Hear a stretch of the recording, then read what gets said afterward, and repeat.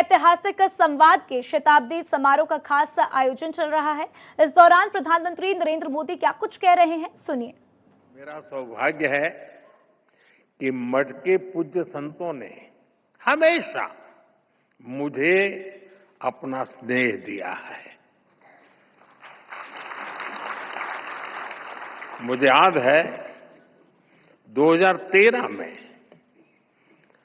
तब तो मैं गुजरात में मुख्यमंत्री था, जब केदारनाथ में प्राकृतिक आपदा आई थी, तब शिवगिरी मठ के कई पूज्य संत वहां फंस गए थे, कुछ भक्तजन भी फंस गए थे। शिवगिरी मठ ने वहां फंसे लोगों को सुरक्षित निकालने के लिए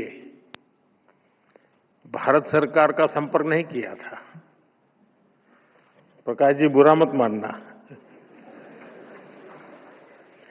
शिवगिरी मठ ने, मैं एक राज्य का मुख्यमंत्री था, मुझे आदेश दिया और इस सेवक पर भरोसा किया कि भाई ये काम तुम करो।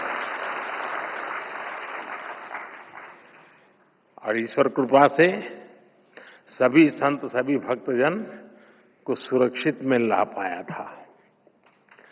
साथियों, वैसे भी मुश्किल समय में हमारा सबसे पहला ध्यान उसकी ओर जाता है जिसे हम अपना मानते हैं, जिस पर हम अपना अधिकार समझते हैं। और मुझे खुशी है कि आप अपना अधिकार मुझ पर समझते हैं। शिवगिरी मठ के संतों के इन अपनेपन से ज्यादा आत्मिक सुख की बात मेरे लिए और क्या हुई। साथियों, मेरा आप सबसे एक रिश्ता काशी का भी है।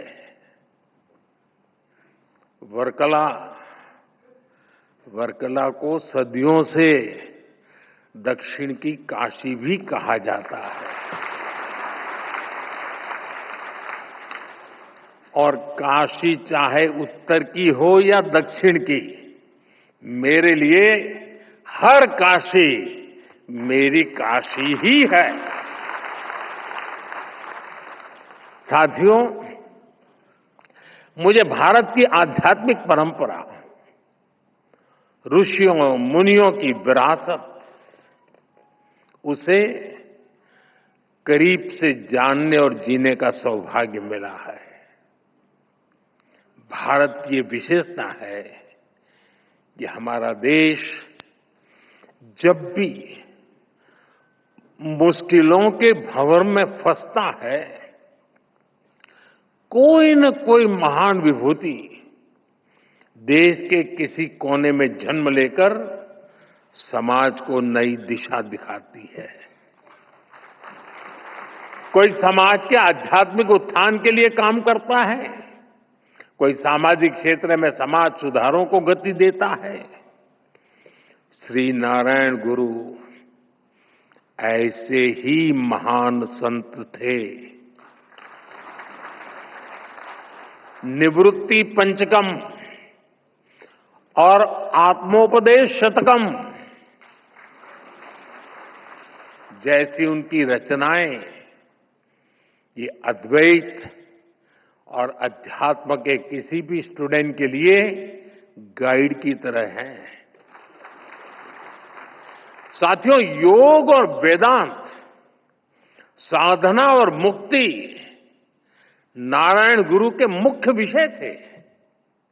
लेकिन वो जानते थे कि कुरीतियों में फंसे समाज का आध्यात्मिक उत्थान उसके सामाजिक उत्थान से ही संभव होगा। इसलिए उन्होंने अध्यात्म को समाज सुधार और समाज कल्याण का एक माध्यम बनाया। और श्री नारायण गुरु के ऐसे प्रयासों से गांधी जी ने भी प्रेरणा पाई। उनसे मार्गदर्शन लिया। गुरुदेव रविन्द्रनाथ टैगोर जैसे विद्वानों को भी श्री नारायण गुरु से चर्चा का लाभ मिला। साथियों, एक बार किसी ने श्री नारायण गुरु की आत्मोपदेश शतकम रमण महर्षि जी को सुनाई थी। उसे सुनकर रमण महर्षि जी ने कहा था, अवर एल्लाम तेरिंजवर, यानी वो सब कुछ जानते हैं। और उस दौर में जब विदेशी विचारों के प्रभाव में भारत की सभ्यता, संस्कृति और दर्शन को नीचा दिखाने के षड्यंत्र हो रहे थे, श्री नारायण गुरु ने हमें ये एहसास कराया कि कमी हमारी मूल परंपरा में नहीं है। हमें अपने आध्यात्म को सही अर्थों में आत्मसात करने की जरूरत है। हम नर में श्री नारायण को, जीव में शिव को देखने वाले लोग हैं। हम द्वैत में अद्वैत को देखते हैं। हम भेद में भी अभेद देखते हैं। हम विविधता में भी एकता देखते हैं। साथियों, आप सभी जानते हैं, श्री नारायण गुरु का मंत्र था, ओरु जाति, ओरु मतम, ओरु देवम, मनुष्यनु।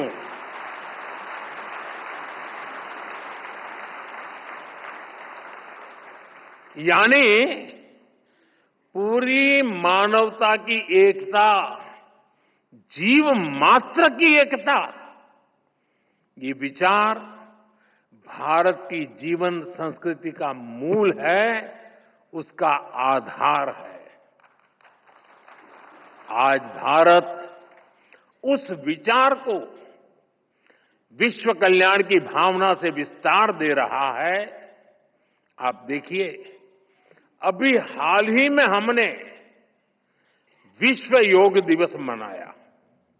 इस बार योग दिवस की थीम थी, yoga for one earth one health, यानी एक धरती एक स्वास्थ्य। इसके पहले भी भारत ने विश्व कल्याण के लिए वन वर्ल्ड वन हेल्थ जैसे इनिशिएटिव शुरू किया है। आज भारत सस्टेनेबल डेवलपमेंट की दिशा में वन सन, वन अर्थ, वन ग्रिड जैसे ग्लोबल मूवमेंट को भी लीड कर रहा है। आपको याद होगा 2023 में भारत ने जब G20 समिट को होस्ट किया था, हमने उसकी भी थीम रखी थी, one earth, one family, one future. हमारे इन प्रयासों में वसुधैव कुटुंबकम की भावना जुड़ी हुई है।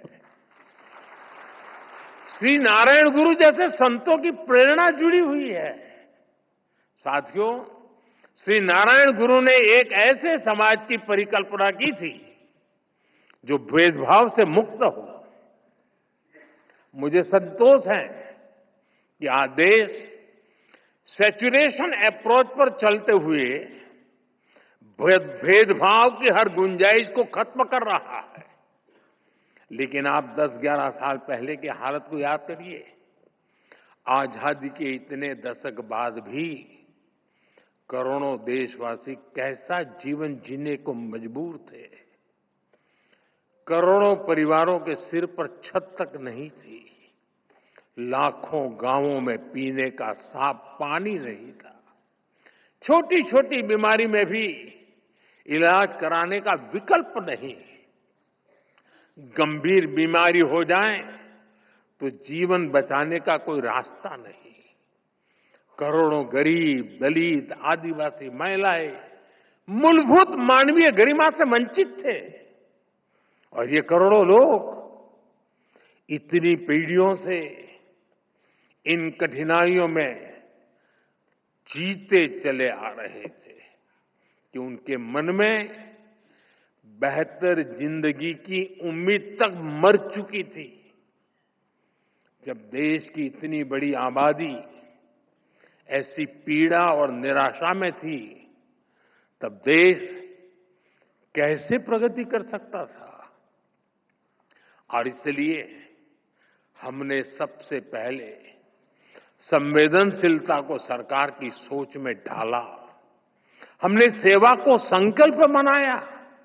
इसी का परिणाम है कि हम पीएम आवास योजना के तहत करोड़ों गरीब, दलित, पीड़ित, शोषित, वंचित परिवारों को पक्के घर दे पाए।